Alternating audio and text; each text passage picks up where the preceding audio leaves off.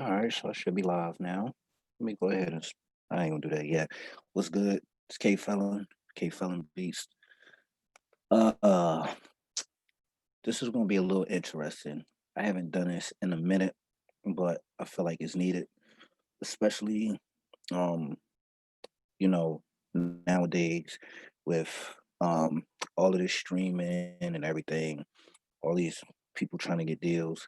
I think it's imperative that if you're looking for a deal that you understand what the fuck it is you signing. The problem is most artists, most producers, they have no idea what the fuck they're putting their name on and agreeing to. And the thing, okay, so this is important because now what labels are doing, they realize that producers are just as popular as artists. So they're signing music producers to similar contracts as artists. All right. So you'll basically be it's like you're signing a production deal, but you're signing as a artist. You know what I'm saying? It's some fucking crazy shit. But before we get into this, let me go ahead. I know we live, so you can't do it. But if you're watching a playback, you can pause this and get your shit right. Cause I'm about to spark up and then we're gonna talk some shit. All right.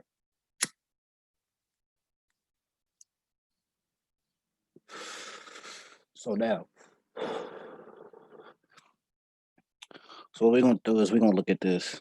Um, this is an ebook that I actually wrote myself. The A to Z recording contracts, how to crack the code of record deals. Now this ain't some shit that I just made up. I just went on the whim. You know what I mean? I actually got all the notes, everything you're about to read in here is actually from this book, The Legal Aspects of the Music Industry. I actually got that book. It's in my drawer. I don't feel like pulling that bitch out. But this is the book. This is what it looks like if you want to go by yourself. It's almost it's just like almost 400 something fucking pages long. You know what I'm saying? Shit dumb long. Matter of fact, I'm gonna go ahead and get it for y'all real quick. Hold on.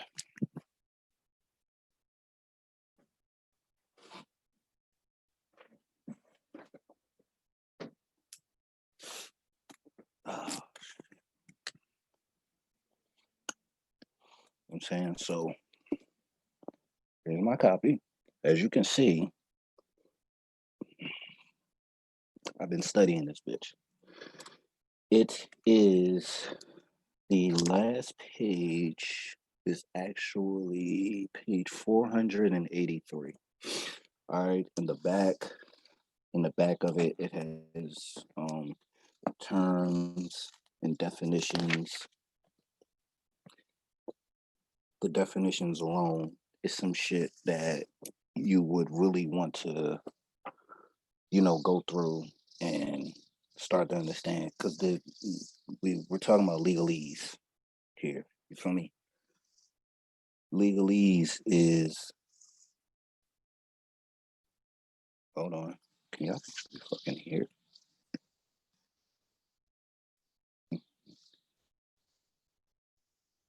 So I'm wondering why it's not sharing this screen so y'all can actually see the book. Okay, let me do this. I'm gonna try to share my boom, boom, boom, boom. Share screen. Can I? Here we go. All right. Wow. All right. So now y'all can see it. Let me make sure.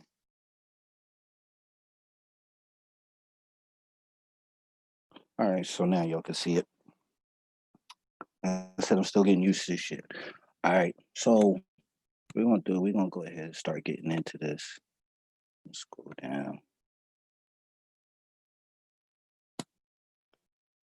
I'm not gonna read all of this shit. I want to get into the nuts and bolts of this. Okay. So, all right. So, purpose of a recording contract. It's a legally binding agreement which gives the label the right to exploit your music or performance in a sound recording. in exchange for royalties. All right. So the word exploit just means they just basically put out your music. You know what I'm saying? But for a fee. That's how the labels work. All right. So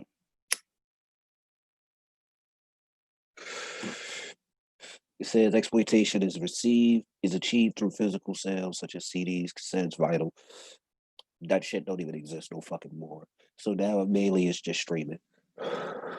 Um, unless people want physical copies of shit, DVDs and all of that other shit. All right, so exclusivity.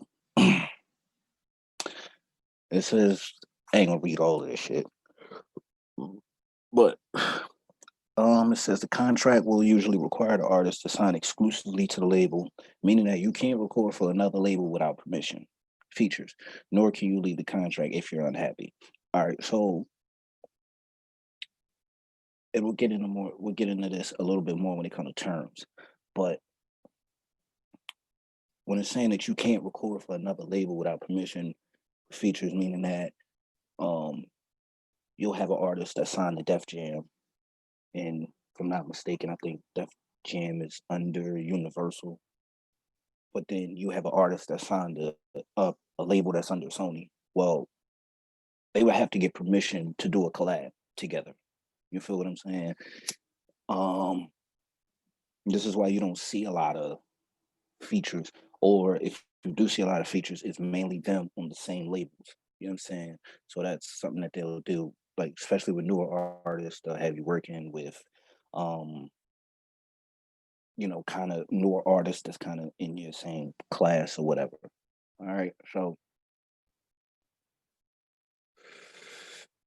also with leaving a label, like, oh my god, these terms, the way that they do this shit is fucking crazy. All right. So we'll get more into the length of that. We'll talk about this collab shit. So if you wanted to make a guest appearance on another artist track, you would need a sideman provision in your contract to cover this up. Basically, it's you sign under you sign under your name. So I would sign under label K Fella Beats. But as a sideman, if I wanted to feature on somebody's track, I would probably have to go with a whole different name. Hill Worley. That's what that's what my brothers all call me. You know what I'm saying? If you listen to some of these songs, you see it. Like I just seen a song.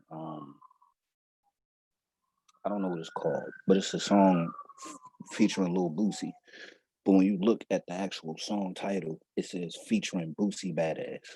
So still Boosie, but you can't use the name Lil Boosie. And I'm going to get into that in a second. All right, territory,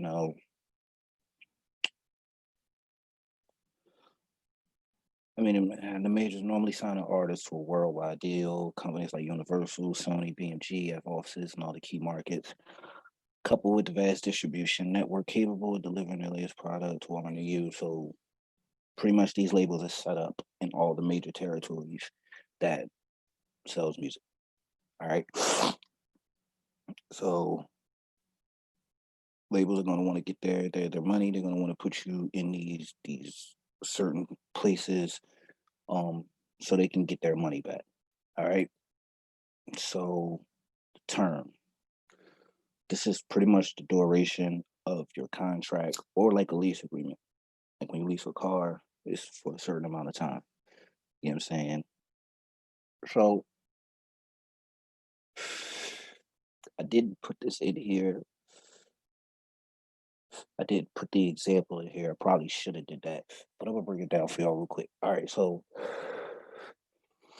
it says it is calculated by reference to an initial fixed period of, let's say, 12 months when you make your first album, followed by a further option period, usually 12 months as well, allowing the record company to extend the contract if they wish. So what a label would do is like they would sign you to a contract that says like it'll be like 1 year plus 4 1 year options. So they'll sign you for a year. When that year is up, they have the option to keep you on or let you go. You know what I'm saying? And this is why a lot of artists they would when they say they get stuck in their contract is because what the label would do is like you might have a hot single, but your album didn't sell. So the label knows that you can make a hot single, you can put singles out, but your album's not gonna sell. So they're really not gonna make any money off of you, but they don't want you to go elsewhere and make money. So they'll just bench you. Every year they'll take your option and you know what I mean pick it up and now you're on there for another year. And then you're on the label for another year, you might not drop a project. And then another year, and then another year. And then by year two, nigga, you're irrelevant. You feel me? So then by the time you get out of your contract, you gotta start all over again.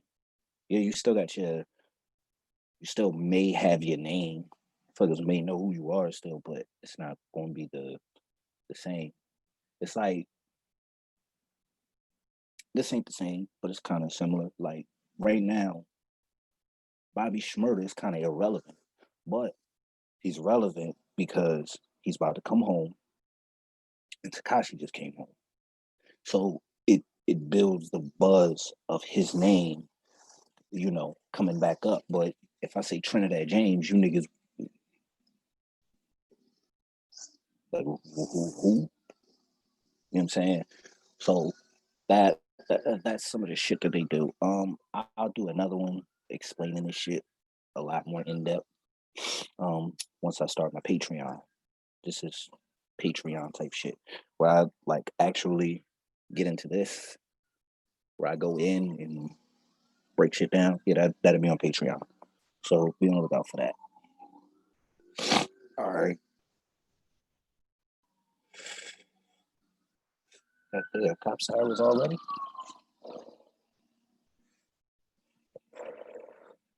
Fuck, it's 10:45 in the morning. Fuck is going on? All right.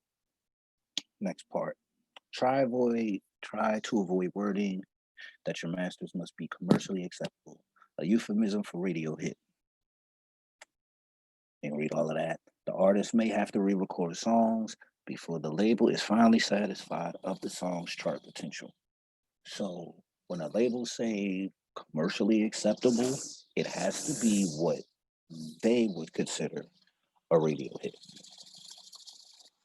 Now you could have a song that could actually be a hit single, but because of the agenda of the label, depends on what kind of song you come out with.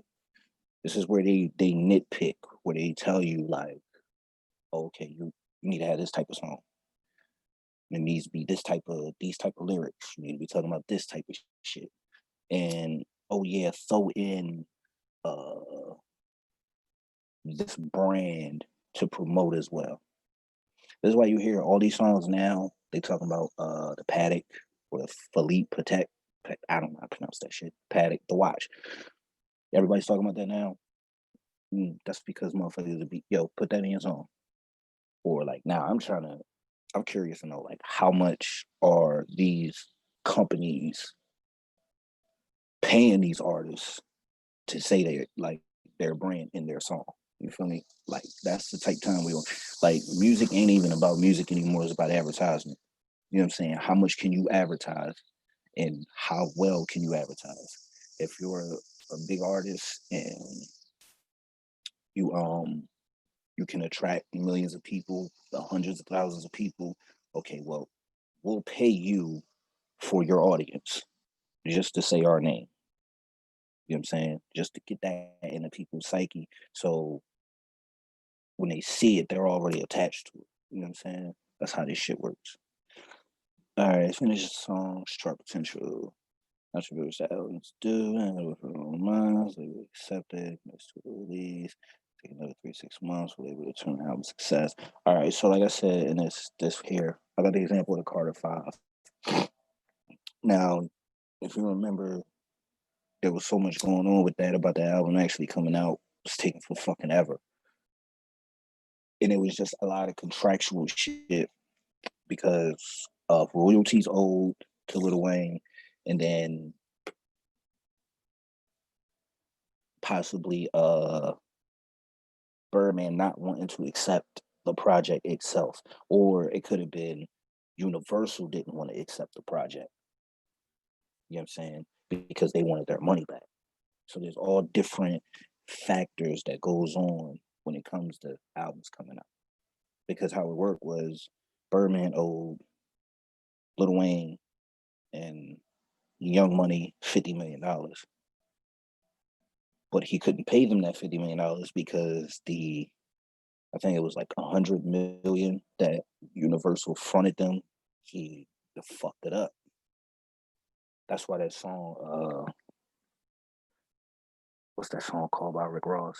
Idols Become Rivals. That's where that song comes from. Like how Birdman kind of just like fucked over the whole label. That's what happens. So albums get pushed back. People don't get their money. Motherfuckers just be you as a fan don't understand it. But this is basically the type of shit that goes on. So now I put in here, because like I said, I just pretty much took notes from the book and kind of put it in my own words. So you kind of want to make sure the overall, say 6 to 7 years is the max. I think due to fuck it, it's in this book. I got to get into it again, but it's a law in California that states like you can't work for a company for no more than 7 years consecutively at a time. So it's like a label could sign you for like 3 years. After the second year, they won't pick up the option, but then they'll restructure the contract and then sign you for like another 4 years. Shit like that. It's different ways, like labels, they slip, but you gotta understand your shit. All right. Man, my water. Need that water. Into my give me a second.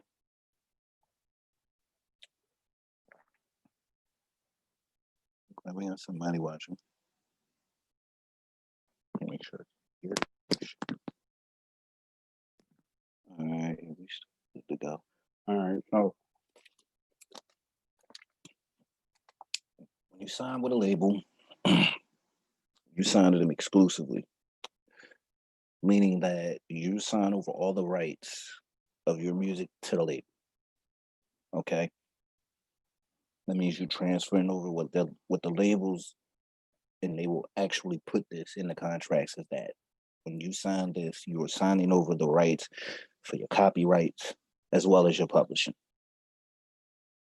which can be negotiated, but a lot of motherfuckers ain't gonna negotiate it because they don't fucking know about it. You know what I'm saying? So when you transfer over your copyrights, you are not entitled to. Now what they do is when they take your copyrights and they give you a percentage of, because copyrights covers I think the masters and the songwriting and the composition. So you writing the lyrics of the song as the songwriter, or if you made the beat, you composing the instrumentation of the music. That is getting signed over. So when mechanical royalties come into play, you say your song blows up and they want to put it on say they want to put it on 2K. Well, that comes with a mechanical. You know what I'm saying? That comes with a mechanical royalty that they're going to give you a small. Actually, they're not going to give you a percentage of that. They just give you a percentage of the songwriting. Most times, the labels just should be, because what the labels do is they take your masters. Okay, so right here it says, first off, any unreleased recordings remain the property of the label for your entire career. So you sign to a label, all the songs that you've, like, they try to take all the material you have up until that point. Like if you got mixtapes and shit all over Spotify, Apple, they're like, okay, we want the rights to all of those. And anything that you have that you're working on that anything you come out with, you record from here on out, we own it. You know what I'm saying? So you gotta know what you read. You gotta know what the fuck you signing. You gotta read so that way you can negotiate these types of things. And then this is another thing. Even after you pay them back for the money that they invested, they still keep your masters. This is why you like Jay-Z, he went back, got his masters. Rihanna, she went and got her masters. Chris Brown went and got his masters. Your masters is your money. That's that's your fucking work. That's your career. That's your livelihood. That's how you make your money. All right.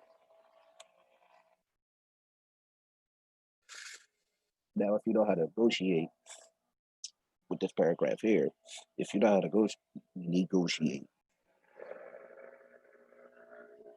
you could have something in the contract that states after a certain amount of time, your masters gets released. You know what I'm saying? But a lot of labels, that's why they sign younger cats because they don't know no better and they're easy to get over on. Also, this is what I was talking about earlier. They also acquire the right to use your name and likeness in the sale with connection or promo. So that means they own your name. So if I sign to a label, the name Kate Felon is no longer mine. I can't use that nowhere without their permission. For me, it's it's the type of shit they do. Key man provision. This is like if you there was somebody at the label, like it says the A&R, somebody that brought you in, and it's the reason why you decided to work with that label in the first place. Like, you know, I trust this dude, and I know, they got my best interests at heart.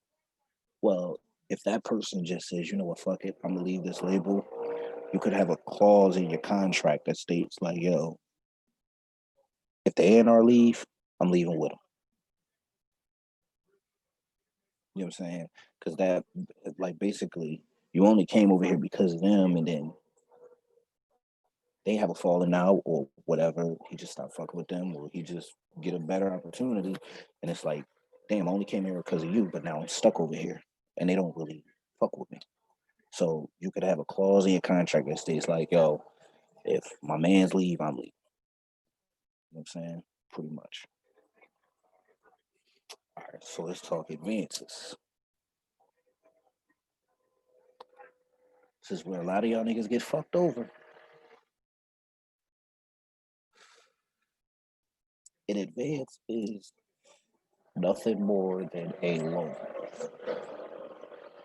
You got to look at a recording contract, producer contract, whatever. You got to look at that shit as a loan. It's a loan.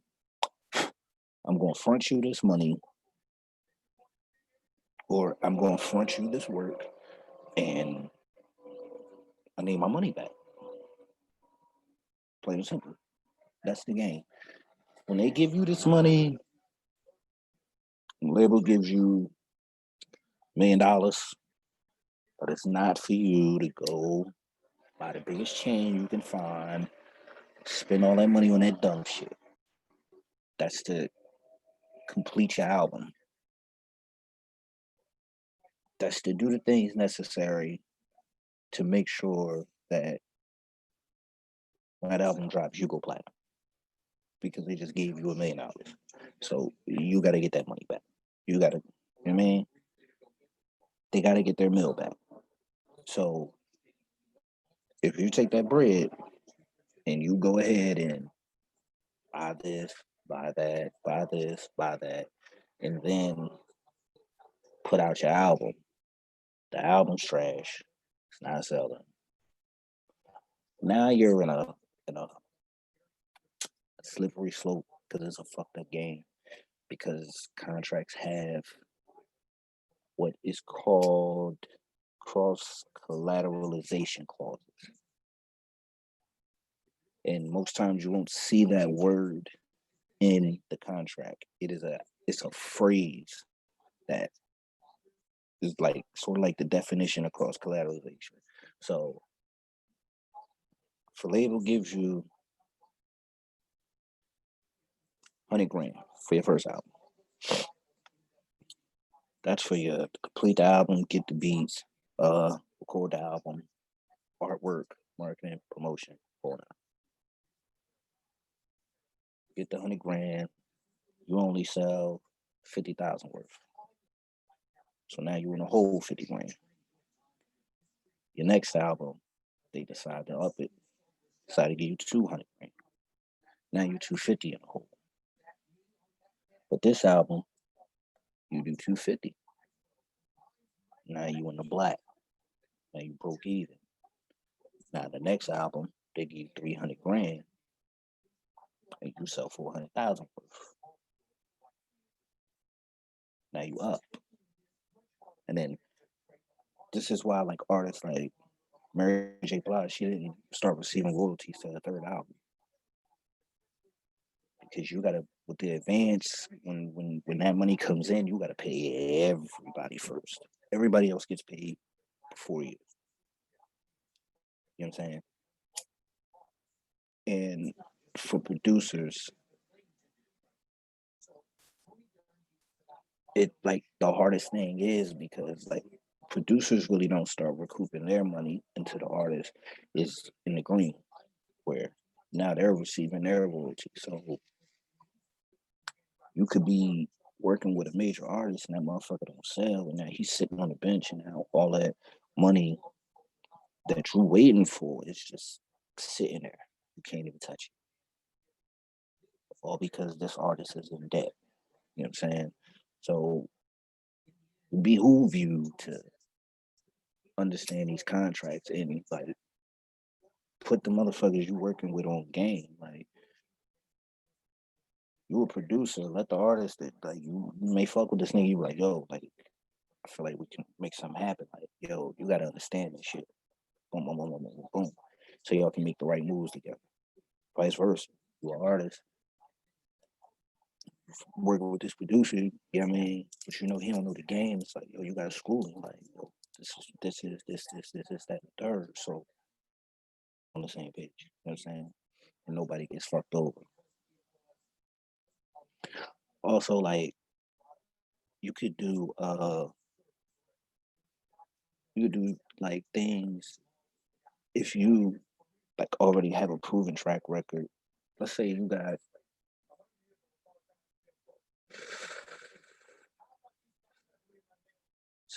half a million monthly listeners on Spotify, right?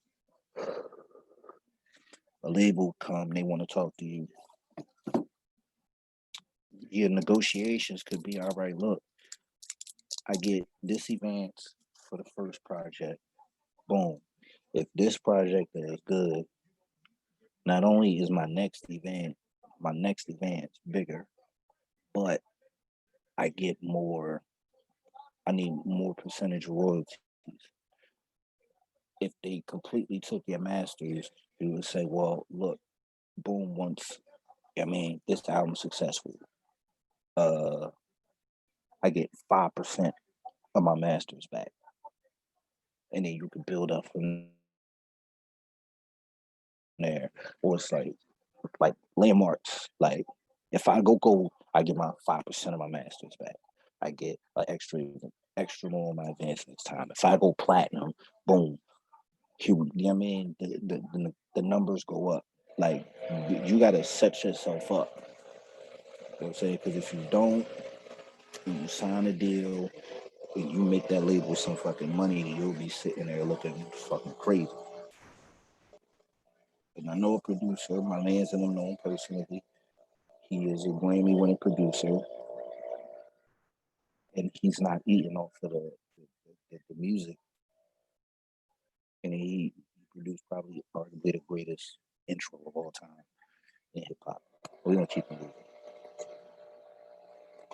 So recording costs, like I said, when you get your advance, you take some of that bread and you know, you go get you a studio, it will record. Now here's where labels also try to get slick. They sometimes put in contracts, if you don't catch this, that you have to record at the studios they provide with the engineers they provide. So that means you can't go to like, it's a dope studio in your city, you know what I'm saying, where everybody go record at. Oh, you probably can't go record there. You gotta go record over here where, God damn, yeah, you might have to go record where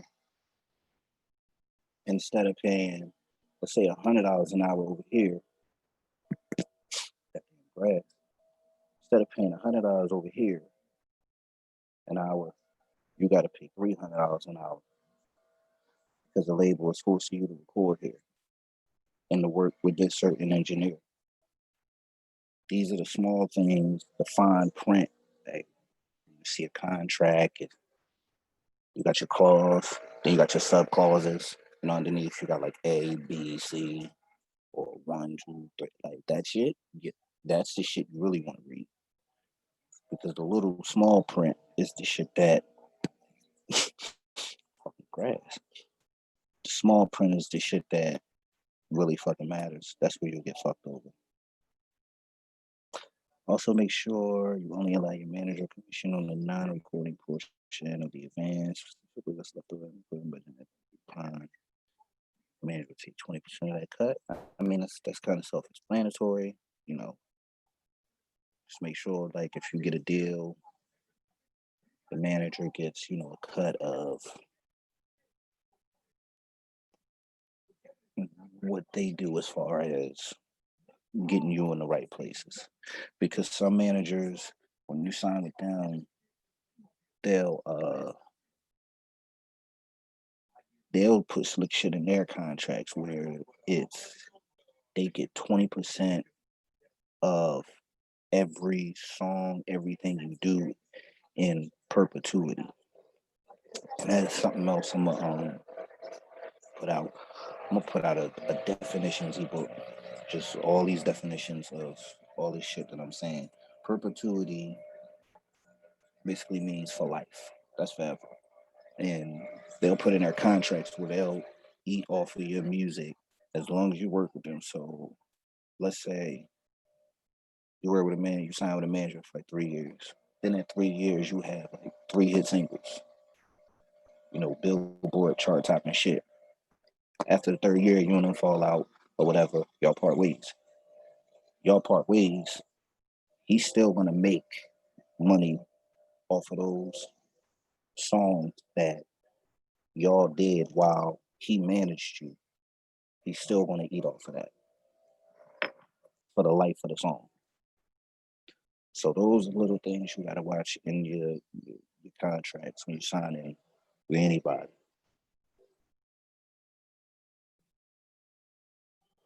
And also like with the amount of an advance.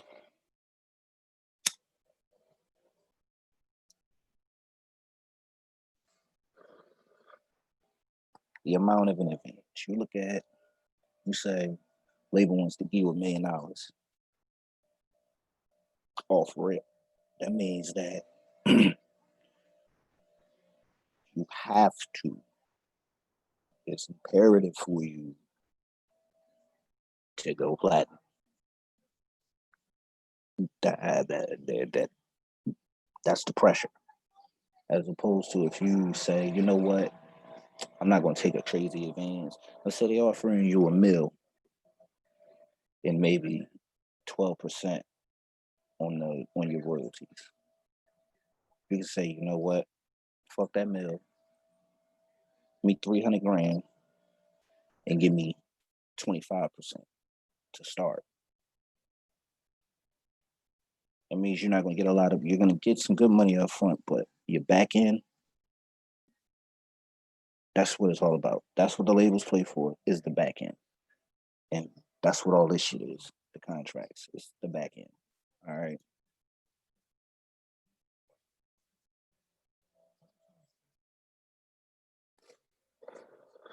So you earn somewhere between 14 and 18% of the album's price. So that's pretty typical. For you see the money, you will have to include recording costs, advances, and usually 50% of all video costs. So if y'all ever seen the TLC biopic, when they doing all this touring, then they realize they're like, yo, we really not making no money. They get their contract, and then they see, oh shit. Anytime anytime a label makes a phone call on your behalf, you get charged for it.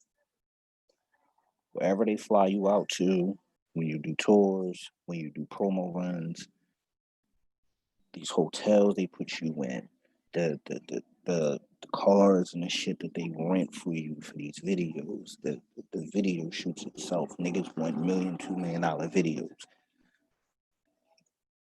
just to be fancy, not even realizing the director itself might cost $500,000. So you got to pay for that. Anything the label spends money on you on your behalf, you're getting charged for it. And especially now with producers, they're signing producers as artists, so you're getting the same deal. Gotta know how to navigate this shit. So they're gonna take a cut off of everything before you see anything. You know what I'm saying? You can get a statement that say like, "Oh, your gross was like 2 million." By the time you get all the way down to the bottom, you got about 200 grand. And went double platinum, you got 200 grand because you got to pay for all this shit. So that's why we here. All right, so then we're doing packaging, deductions, all of this. Like they deduct a percentage for packaging, and they still put these in contracts. So if you sign a contract, you might want to look at that like, well, why the fuck am I paying for packaging and CDs and everything streaming? So that's another royalty that they'll get you on if you're not paying attention. So basically, they get a cut of everything. The actual sales, sale.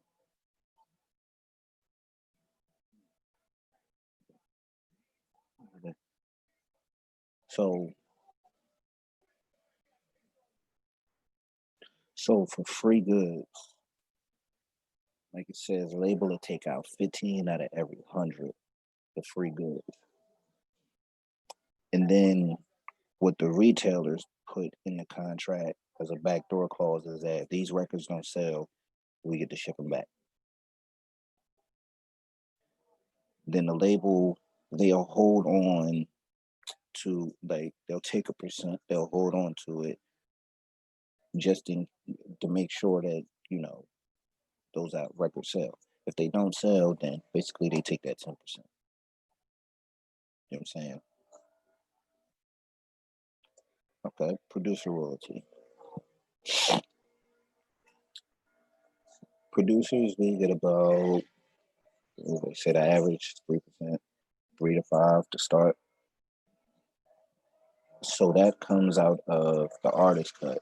Now, if they're signing you as an artist, I mean, and you're the producer, basically the contract's going to be a little different, but you're not going to be paying yourself royalties unless you get a beat from somebody else. You know what I'm saying?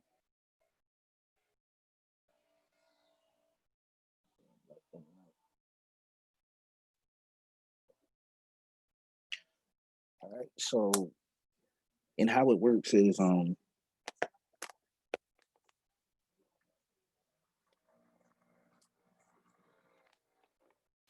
like as like getting paid as a producer, once the artist starts receiving his royalties after the label recoups everything.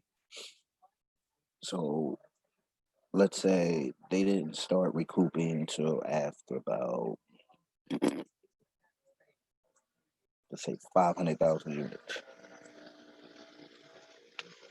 The artists will start getting paid at that 500,001 and and beyond. The producers, we get paid from the first sale all the way through. So you get that 500,000 back that was on hold, and then you get paid in retrospect. So that's the good thing about it, but still we getting fucked over. All right, page of producer.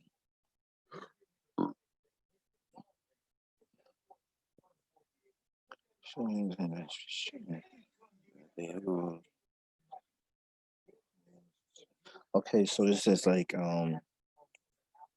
make sure you have something in there where you're getting a share of if your music is promoted, sync licensing, film, overseas, all that good shit.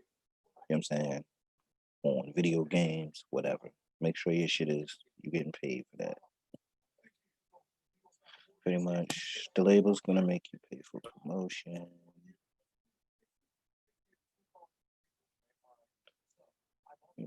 Yes, yeah, ability. You can do these. So what they're guaranteeing is that you're gonna have to basically agree to go do interviews, do everything to the best of your ability, make these appearances, all of that good shit, which you're getting charged for.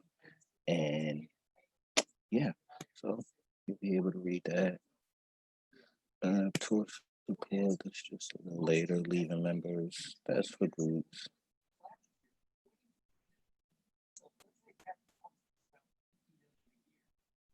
Okay, so re-recording restriction and a label, and this is another reason why you won't see niggas for years, because they'll say, all right, when you're done with us, when your contract's up, you can't go to another label and record for them for a certain amount of time. You know what I'm saying? Or if you have or if you have music that you recorded while you was signed to this label, actually that's what it is. If you got music you got you were signed to this label, but it never came out, they put it in there that you can't record, go like get signed to another label and re-record those songs. It's like they still own parts of that song because you recorded it while you were under them, even though it was never released. But I said I ain't seen this shit in a minute. Songwriter labels and community, yeah, issue. Yeah, all right, mechanical royalties, pay the songwriters. Their compositions are reproduced on sound carriers. Like I said, like NBA 2K, NHL 2K, all that shit. Should get on video games or if it well shit it is pretty much video games now because CDs being sold. But anything that you should get packaged up in or if it's being broadcasted. So I'm pretty sure now the wording is, if your shit is getting licensed or synced anywhere, you get a mechanical royalty for that. I ain't gonna get into all of that. I'll let y'all read that when you download your copy.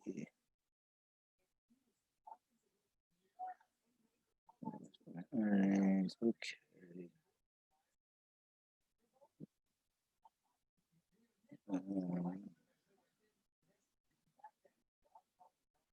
Okay, you can write that on your own. All right. So yeah, that's pretty much the end. All right. So you put a link in the description where you can download your free copy. If you're watching this live, just give me about 10 minutes. Um, But yeah, that's pretty much it. Like these contracts are very hard to read. You have to understand legalese, and understanding that shit is just like you have to be willing to be patient to read a word, look up the definition, and then figure out the definition that fits the context of what's being said. So you get your hands on this book. I'll put a link where you can get your hands on that. But you're gonna go through like the first 3 pages and get a fucking migraine. You know what I'm saying? It's gonna take a lot of notes, a lot of writing, a lot of Googling. You will literally have one word, you'll look up that, then the next word you gotta do the same thing. And then you gotta put all that shit together and then understand what it is. Like you gotta understand the lingo. You know what I'm saying? Once you understand the lingo, it gets a little bit easier. But that's all, man. So that's it. Make the fuck up out of here. If you're not already, subscribe to the channel, click the bell, get all your notifications, and click the link in the description. Um, to get your free copy of this um PDF. Get your own free copy. It's absolutely free. And that's it, man. Follow me on Twitter, Facebook, Instagram, at KFollowBeats. I'm out of here, man. Y'all be easy.